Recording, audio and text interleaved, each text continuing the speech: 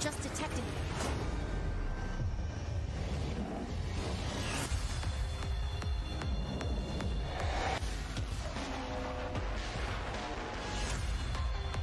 We have to work together. Or the world will be destroyed. We have so many different powers.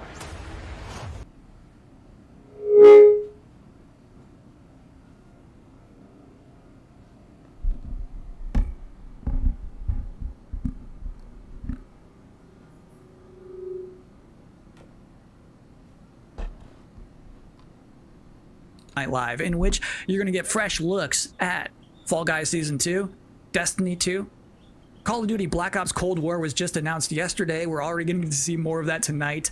Lots of things to see. Cindy Goodman from IGN is going to be giving out the Gamescom awards for Best PC Game, Best PlayStation Game, Best Xbox Game, as well as talking about some brand new shows from IGN that they are debuting this week at Gamescom. Lots of stuff in ONL. It is going to be a chunky, thick show. But in the meantime, for this pre-show, it is time now for another world premiere on our end.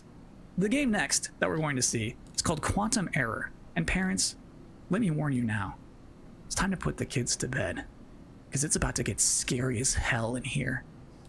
I don't care if you're in the Western Hemisphere and it is the afternoon. Put the kids to bed.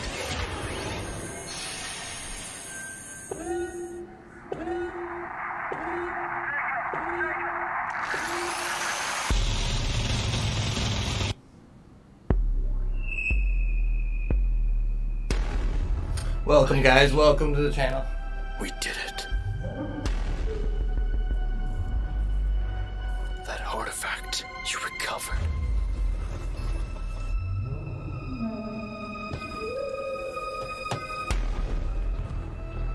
Held the answer to all our questions.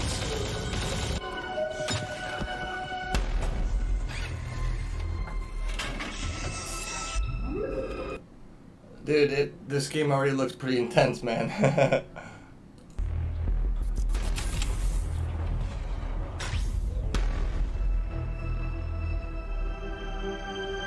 Use them to travel the stars.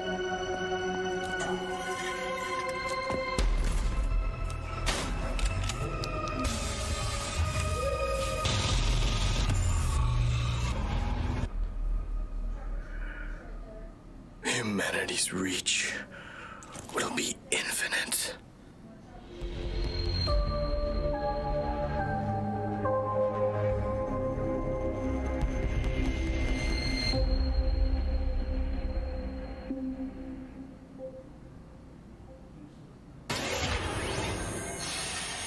We've got a lot more world exclusive trailers to go, more pre-show to go, an interview with Jeff Keighley. Next up, we have a car brand synonymous with racing and innovation and a key partner of Gamescom for years, Ford. They're about to exclusively reveal the first ever car made with gamers for gamers. Check it out. Ford knows racing. In 2019, we brought our love of racing to gaming and Team Fordzilla was born. And that was just the beginning. In May, we launched Project P1 to design a car in collaboration with gamers for gaming. This project was a global first and our designers let their imagination go wild. So on to our first global announcement. Please welcome our first ever Team Fordzilla Project P1 model.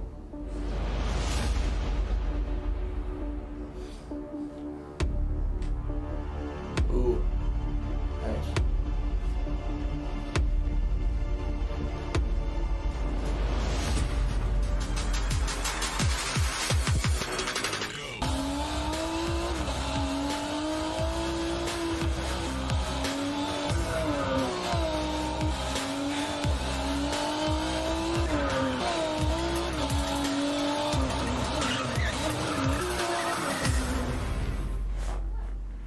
And now our second global announcement. You got us so excited with Project P1 that we are now committing to make a real world version of this groundbreaking car.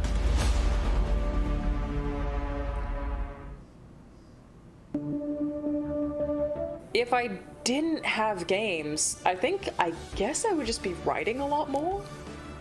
Video games and writing are absolutely my two favorite passions, and I just managed to combine them into a job. So I feel like, honestly, I probably would have finished a couple of books. If there was no game, what else would I do? I mean, I Look, like guys, tech, a few but things yet.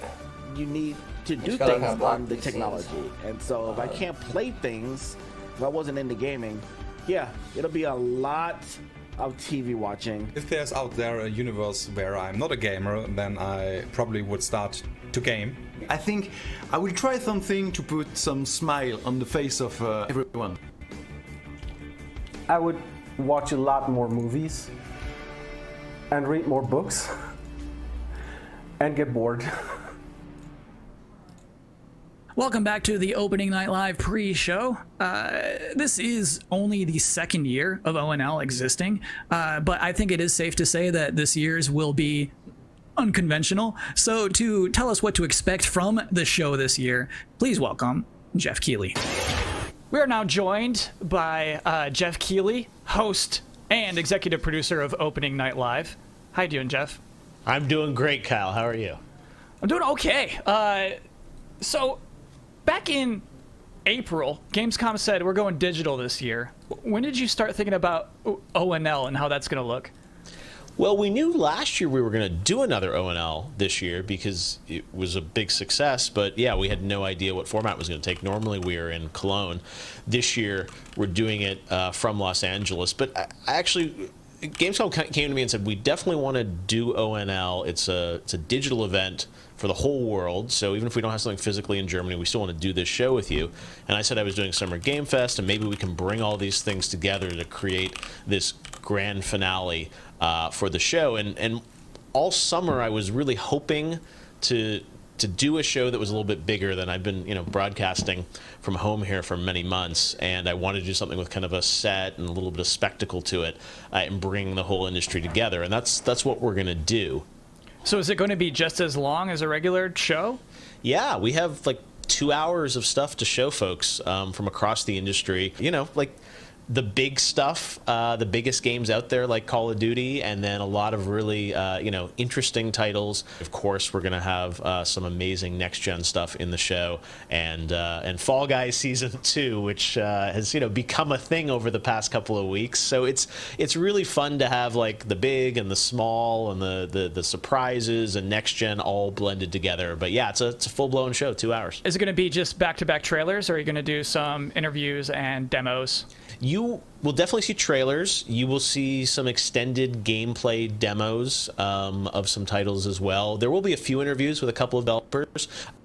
We've got some special guests. And one thing I will say kind of right out of the gate is that this is not sort of wall-to-wall shock and awe announcements of new games similar to last year at Gamescom. We have some really big updates on games that fans are excited about and meaningful, but the kind of big surprise announcements, we have a few things in the show, and we have lots of great things planned for the Game Awards. But similar to last year, this is really a showcase of like big holiday games coming next year that about. So I would tell people to set their expectations to be really meaningful updates on existing games versus blowing you away with surprise shock announcements. Great. Jeff, I'm personally looking forward to the show. Well, me too. It's been really fun to build this, but even working with our team, it's been challenging to do things safely in the era of COVID, and it's been meant a lot to me that Gamescom has said we still want to do this show, and I think for all of us in the industry, we want that big showcase. So I'm just really excited to honestly like leave home, do like have a set, and you'll see we've got like screens and lights, and it's. If we do it right, we're going to hopefully create that magic moment that we haven't felt this summer, right? And a lot of the events this summer have been pre-taped, and they've been great and lots of cool game info, but I really wanted to do something live with a lot of energy to it. So if we do things right, that's what people are about to see. Very cool. Good luck with everything. Thanks, Kyle. Thanks for hosting the pre-show. I'm doing my best. So just so we're all on the same page about what just happened, that was basically an interview with my boss using questions that I mostly already know the answers to. So considering all that, I think that went pretty well. Next up, we do have another world premiere trailer, baby. Vroom, vroom, honk, honk, for Dirt 5.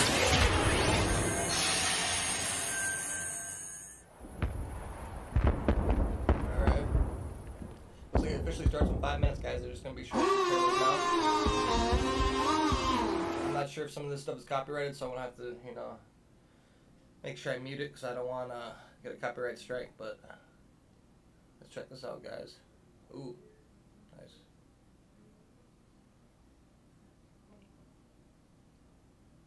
Looks like it'd be kind of fun, driving around on a little dirt track.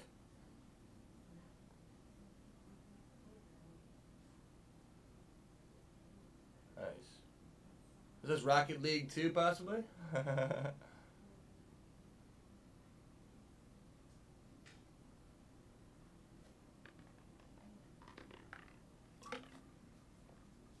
Yeah, I'm doing great, Ashton. Thanks for asking, buddy. We're watching the trailer. I just have the sound off. Or can you guys still hear that? I don't think you guys can hear it because I muted it, but I did it on purpose because I'm not trying to get a copyright strike at all. Oh, it's Gate Crasher. Okay. Nice.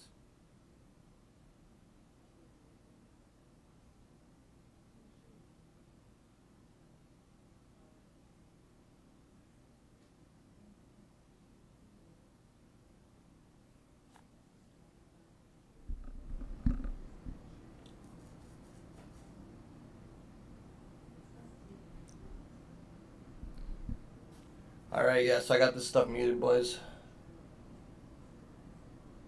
Alright, I just didn't want to copyright strike. So you think like a vampire bit a car and sucked out gas? To be continued. It is now time for the part of the pre-show that I've been reading your live comments. I see them right now. Everybody's blowing up, demanding Kyle's 10 reasons to be excited for opening night live. Well, let's kick it off. Reason number 10 to be excited for opening night live 2020, feeling excited for next gen again. Number 9, Jeff Keighley wardrobe reveal. Number 8 reason to be excited for opening night live 2020, Destiny trailers are usually pretty good. Number 7, it will mean this pre-show is finally over. Number 6, Call of Duty Black Ops Cold War. Number 5 reason to be excited for ONL 2020, Shadow Drops. Number 4, Fall Guys Season 2. Number 3 reason to be excited for ONL 2020, actual gameplay from a mysterious PlayStation 5 exclusive. Ooh. Number 2, everything else in my life sucks right now. And the number 1 reason to be excited for opening night live 2020, Jeff Keighley said it's gonna be good. We have one final world premiere trailer to show off, and this trailer is an announcement of a Switch version of a popular game from 2018 that can only be described as Dinosaursy. Enjoy.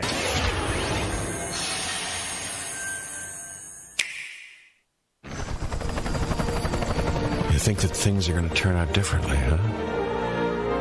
Well, the ones before you did too. Because they believed that they were in control. And control, well, here's the thing. Humanity is desperate for it.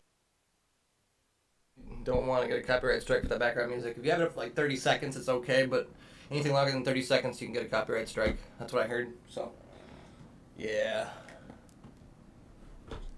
Just gotta be careful with the music, the background music I play, but definitely looks like a fun game right there too. So I put it like some dinosaur type thing. That looks pretty cool. Some people put a lot of work into these games. Making those T-Rexes look real. Jurassic Park, nice, nice, nice. Coming November 3rd. Oh dang. Yeah, I always love dinosaurs too.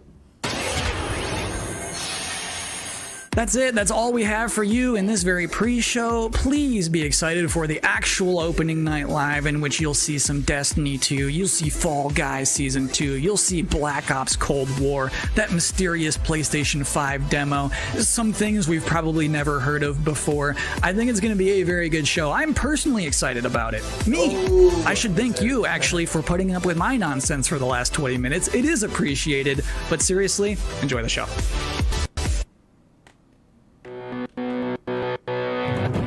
So what's the plan?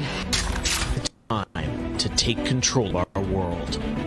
When we feel out of place, disconnected, and divided. There are always I don't want to get a copyright strike from the music in the background, so just let you guys watch that trailer.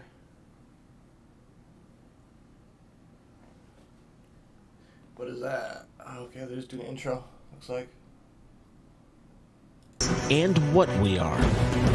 I'm with you every step of the way. The future of gaming. Welcome to Gamescom Opening Night Live.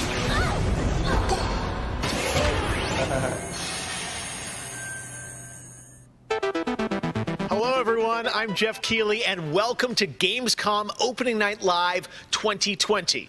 Now, this year, Gamescom is, of course, a little different than normal, and I hope all of you and your families are safe and healthy at home.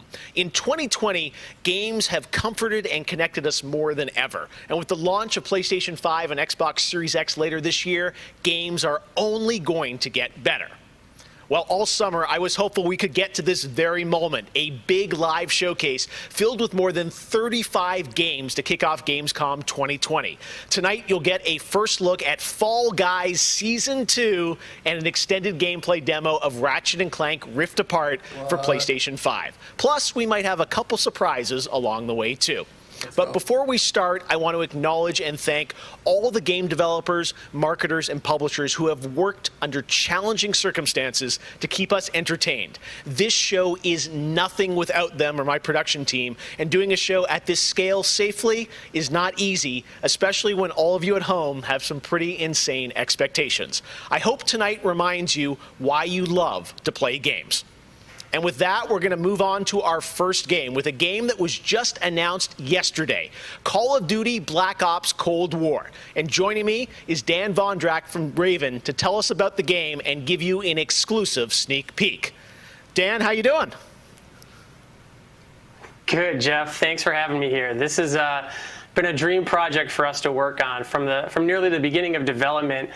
We knew Black Ops Cold War was going to be a direct sequel to Black Ops 1, and we loved the idea of returning to the pillars that built the Black Ops franchise: deniable operations, conspiracy grounded in history, and that shadowy world of paranoia. And we get to mix all those together, drop the player into the 1980s at the height of the Cold War, and it's really something that we know would feel relevant to today and also uniquely Black Ops. Well, you start playing with Black Ops, everyone wants to know characters. We saw yesterday in the reveal trailers, some familiar faces. So, Woods, Mason, break it down. How does this fit into the Black Ops canon? You said it's a direct sequel, so are we going to see a lot of familiar faces? Yeah, part of the fun in making this game was bringing back the iconic characters like Woods and Hudson and Mason and seeing how all those personalities mix with some of the new characters. So the campaign takes place in 1981, and we love that we've been able to have so many connections to the original Black Ops and really be that direct sequel to the game. Now, one thing that I'm really excited about this is you're pushing the storytelling in kind of a new direction with some branches and some options about how you play through the campaign. Can you maybe walk us through your thinking there?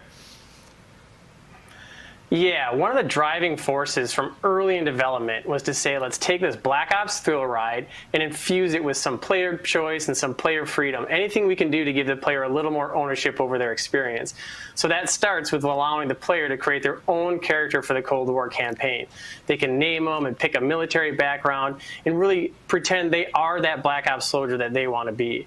From there, we wanted to take some of our missions and infuse optional objectives, multiple paths, and some player choice moments inside some of those missions. And it was fun to find that balance between the hard-driving Call of Duty action and these more non-linear experiences inside some of the missions. So with choice comes the player wanting to feel that impact. So some of those choices earlier in the game and some towards the end will actually shape the ending of the narrative of the campaign. All right, so multiple endings to this game. Yeah, absolutely, absolutely. That was one of the big things for us. It's like we love that Black Ops has always been willing to take risks, and we all know they did some of this in Black Ops 2. And with our story and with these features, we loved playing homage to those early Black Ops games. Oh, yeah, I remember the numbers. All right. Well, Dan, we are excited to see more of it. I know multiplayer reveal is coming in September, but since you got a switch there, maybe you could flip the switch on something exclusive for us. What are you going to see? Yeah, absolutely. This is really exciting because this will be the first time we've done this outside the walls of the development studio. This is a scene from earlier in the game, and it's a critical point that really shows the narrative of the world, shows this threat that our heroes are going to be battling. So let's take a look.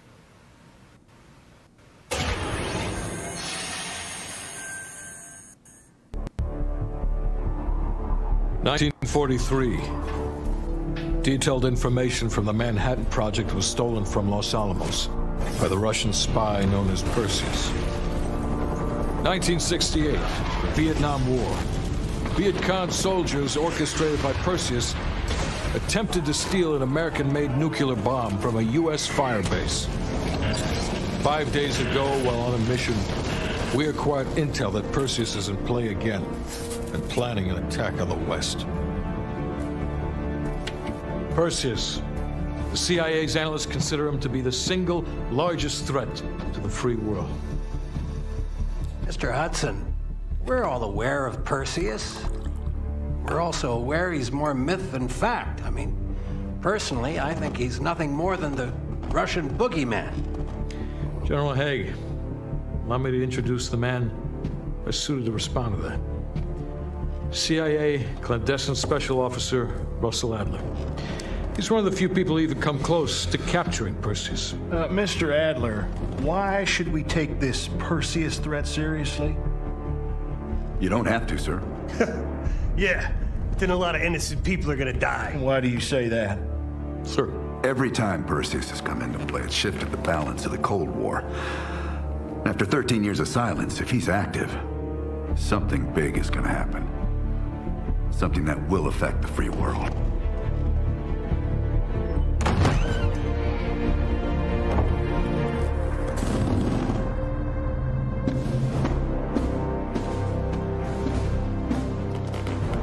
Mr. President. Sir. Mr. President.